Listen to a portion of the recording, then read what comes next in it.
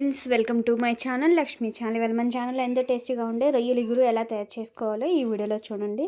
దానికోసం ముందుగా stove on చేసేసి ఒక పాత్ర పెట్టుకొని దాంట్లో తగినంత ఆయిల్ వేసుకోవాలి. ఇక్కడ నాన్ వెజ్ కదండి, మన నాన్ వెజ్లో ఎక్కువ కొంచెం నూనె ఎక్కువ పడుతుందండి. నూనె ఎక్కువ ఉంటే నీసు వాసన ఉండదు, కూర టేస్టీగా ఉంటుంది. అందుకోసం నూనె ఎక్కువ వేసాను, కొంచెం వేసానండి. అప్పుడు కట్ చేసుకున్న ఒక ఆనియన్ని చిన్న చిన్న ముక్కలు కట్ చేసుకున్నాం కదా, ఆనియన్స్ని నూనె కరిగాక వేసేసుకొని వీటిని దోరగా వేయించుకోవాలి.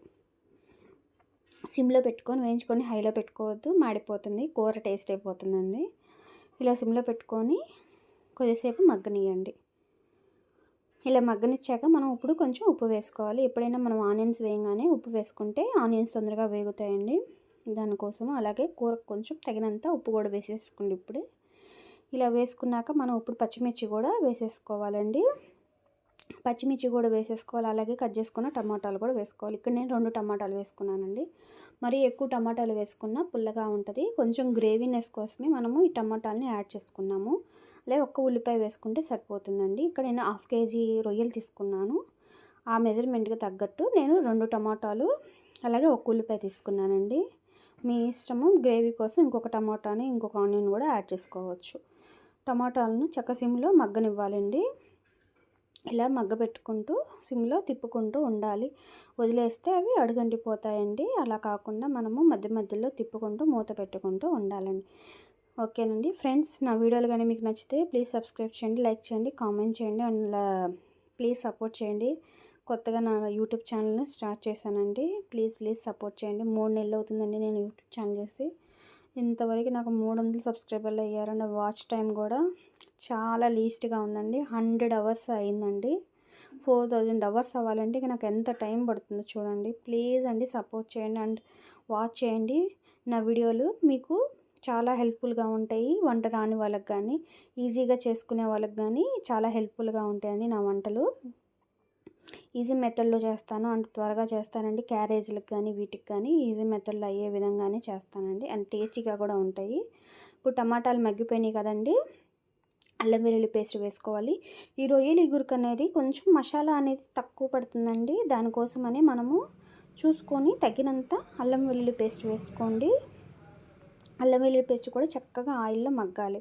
ఈ టమాటాలు ఇవన్నీ ఆయిల్లో మగ్గిపోవాలి. ఇలా మగ్గాక మనం ఇప్పుడు తగినంత పసుపు వేసుకోవాలండి. ఇలా పసుపు వేసేసుకొని ఇది కూడా వేగేలాగా గరిటెతో తిప్పుకోవాలండి.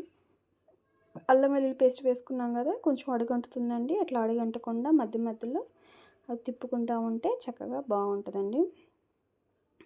ఇలా తిప్పుకుంటూ ఒక అరగంట సేపు, ఒక 10 నిమిషాలన్నా మనము వెయిట్ చేయాలండి. ఇప్పుడు అలాగే ఇవన్నీ వేగాక మనము కూరగా సరిపడినంత కారం కూడా వేసేసుకోవాలి.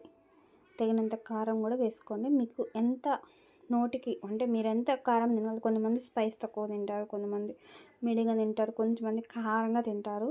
అలా మీకు ఎంత పడుతుందో అంత వేసేసుకోండి కారము. ఇక్కడ మా అమ్మ 1 టేబుల్ స్పూన్ వేసిందండి కారము. 1/2 కేజీకి ఒక పెద్ద స్పూన్ వేసుకుంటే సరిపోతుంది. ఈ కారం కూడా చక్కగా వేగాలండి. ఈ టమాటా కూడా చక్కగా మెత్తగా ఉడికిపోయింది, చూసారా, గ్రేవీగా తయారైపోయింది.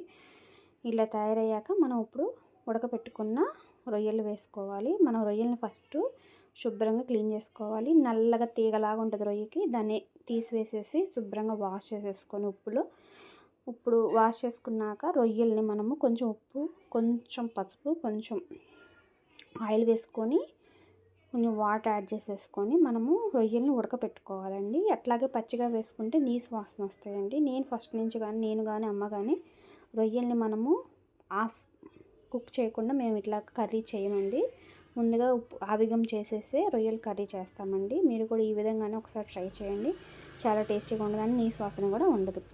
ఇప్పుడు ఈ గ్రేవీలో మనం ఈ రొయ్యలు వేసుకున్నాం కదా, ఈ ముక్కలు రొయ్యలకి ఈ మసాలా అంతా పట్టేదాకా ఒక 5 మినిట్స్ అండ్ 10 నిమిషాలన్నా సిమ్లో చక్కగా ఫ్రై చేసుకుంటూ మగ్గనివ్వాలండి. కూర బాగా మగ్గి దగ్గర పడేదాకా మగ్గనిచ్చుకుంటే సరిపోతుంది. ఇప్పుడు మనము కూర మగ్గేటప్పుడే కొత్తిమీర కానీ పుదీనా కానీ వేసేసుకోవాలి. పుదీనా వేసుకుంటే కూరకి టేస్ట్ వస్తుంది, అలా హెల్తీగా ఉంటుంది. స్టమక్ కూడా స్టమక్ కూడా పుదీనాకు అనేది చాలా మంచిది, అంటే ఫ్లేవర్ కూడా వస్తుందండి.